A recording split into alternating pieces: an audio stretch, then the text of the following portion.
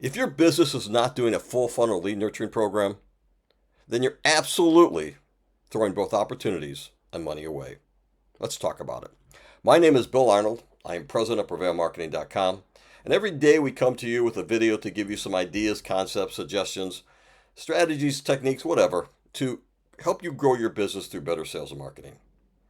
Today we want to talk about something called lead nurturing. And honestly, a lot of companies think they're doing it, but they're not doing it well. So what is lead nurturing? Lead nurturing is the process of taking a prospect who may be at the awareness stage and through a number of different touch points, re-educating them, encouraging them, explaining to them more about what their problems and issues are, what the solutions might be, and slowly but surely building that trust and relationship at each stage of that buyer's journey. So when they get to the point where they're ready to start looking at who they want to do business with, they're going to think of you because you're the one who educated them. You're the one that told them how to solve their problem, what issues they may encounter, and what to look for when they do it.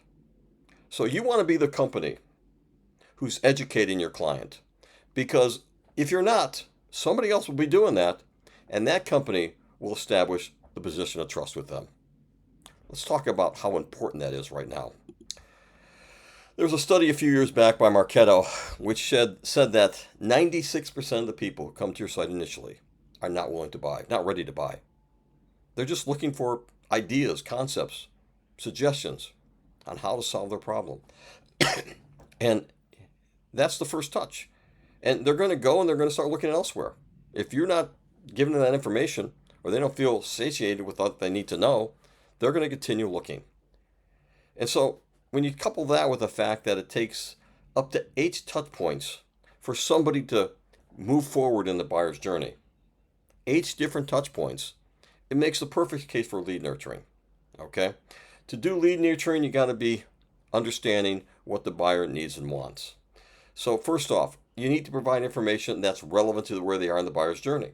So at the very top of the funnel, you're going to provide information about the awareness stage, about the scope and nature of the problem, about things and factors they need to understand as they start looking for solutions.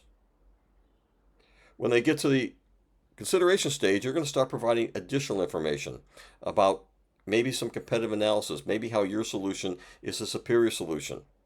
Giving them some information about webinars so they can learn more and drill down deeper. As they further down, that lead nurturing, you're going to need to see other types of buyer-centric content, such as maybe case studies, maybe pricing comparisons. But whenever you do, you should always, always, always be explaining to them the benefits and never the feature. And never go to them with a buy now, it's important. Okay? Let's talk about why it's so important. Let's talk about the numbers. I always like to get people's numbers because I've met with a lot of CEOs and they're like, yeah, but why should I? Just because you just want to make more money off us. That's why you want to do lead nurturing. No, I want to grow your business, okay? And the reality is, like I said, 96% of the people, when they go to your site are not ready. They're going to go somewhere for information. You want to be that source, but let's leave that aside. Companies that do lead nurturing make 50% more sales at 33% less cost. 50% more sales at 33% less cost. My numbers? No. HubSpot. Okay? They're HubSpot numbers. Demand Generation put together a report that said that people who did lead nurturing increased their sales opportunities by 20%. Marketo, going back to them, they said that nurtured leads have a 23% shorter sales cycle than non-nurtured leads. Wow. Quicker leads, quicker sales. And another study said that 47% of the time, those sales are for larger dollar amounts. Why? Because they trust you. They understand the value you're bringing. It's not like you're just coming to buy from you. You've educated them. You've explained to them. And so as you do nurturing, when is it appropriate to do nurturing? Well, nurturing should be developed across every single one of the buyer's journey stages. What are those stages? The awareness stage, consideration stage, decision stage. Does it stop there? No. Customer stage and advocate stage. Each one of those stages needs to have a nurture campaign. Now, sometimes, we're going to talk today about the first 3, awareness, consideration, decision. Sometimes you're going to see a funnel, which is a simple funnel where it goes from the awareness stage and it goes down 8 different touch points down to the decision stage.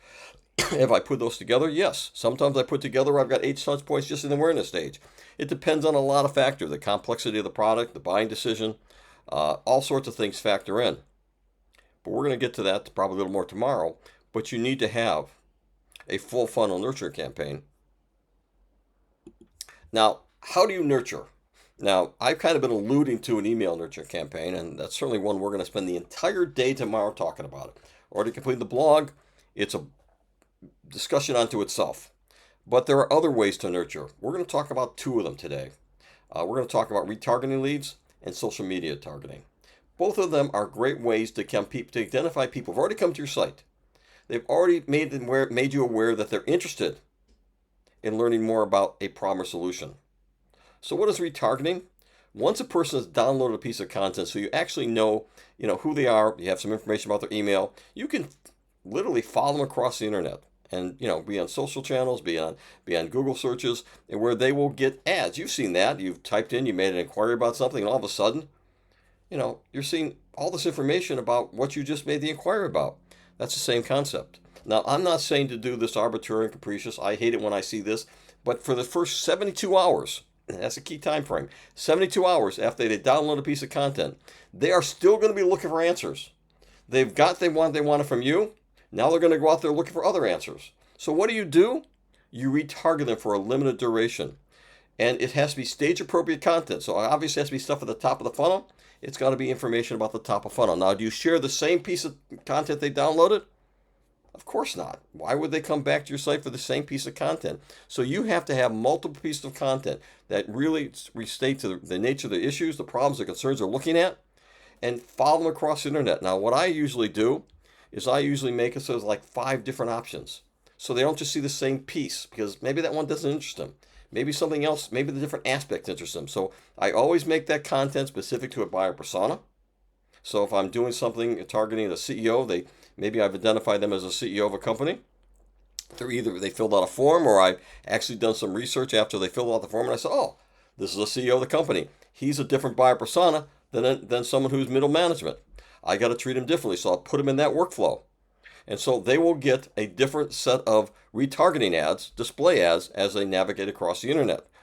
So it has to be unique, and it has to get I get 4 or 5 different options they can look at. And so after the next 72 hours, they're going to see a variety of ways they can come back and interact with us. What does that do? A lot of times they come back and download information. Oh, it reinforces that you're not a one-trick pony, that you've got a wealth of knowledge and information and a wealth of ways you can support them and help them and educate them. It puts you at the top of the list when they're trying to figure out who they want to do business with. So retargeting ads across the internet in the first 72 hours with unique content, original content, very, very important. Make sure it's targeted by a persona. Make sure you stop after 72 hours because you don't want to get creepy. Social targeting. Social targeting is, unlike retargeting ads, which are typically play-to-play, and you can do that on social. Obviously, you can retarget with social ads on social media, and I've seen that done. I'm talking about more organic interactions. Okay, what am I talking about? So, one of the things I usually do is try to figure out where these people go for information, if they're critical. I see where they frequent on LinkedIn, Twitter, Facebook, or Instagram, and I will post in those channels, okay, more actively. For example, if they have a part of a LinkedIn group, if I figured out this person's part of the LinkedIn group, so I went and looked at it, I will post in that LinkedIn group original content. Nothing I've already created, but I'll write an article about that problem specifically. And then I'll link it back to additional reference materials they haven't gotten yet. Why? Because I know they're looking. I know they trust that group. They're going there for information. So if you can identify the LinkedIn group, post original content, link it back to another piece of content. Again, the same driving force. They see you as that expert. They see you as that person they ought to be doing business with. Also, for the next 72 hours, I do social posts. And here's the beauty. Sometimes, when I do social posts, that individual likes it. Oh, once I know they made a connection like that and likes it, you know what I do then? I put them in. I actually not direct message them. I actually make them as a @ okay, as far as a @ so-and-so. So they see that content. @ Bill Arnold. Did you see this piece of content? I know you're looking for information. I also use experts, third-party experts. If I see a colleague of mine who I know is an influence of ours, I'll have them reach out and say, by the way, I know you're looking at this. Take a look at XYZ company. Those are some very basic ways, some very simple ways you can do some lead nurturing. But tomorrow, we're going to talk about the most important way you can do lead nurturing, email nurturing campaigns. It's where the rubber meets the road. It's where I've got a whole session on this. I think you ought to come back tomorrow to listen to it. If you have any questions, please contact us on our website. We've got lots of ways of doing this. Please like, please follow, please subscribe. And again, if there's something you'd like us to talk about, please let us know. I know you can be anywhere you want to be, so I appreciate you here today with me. Have a great night.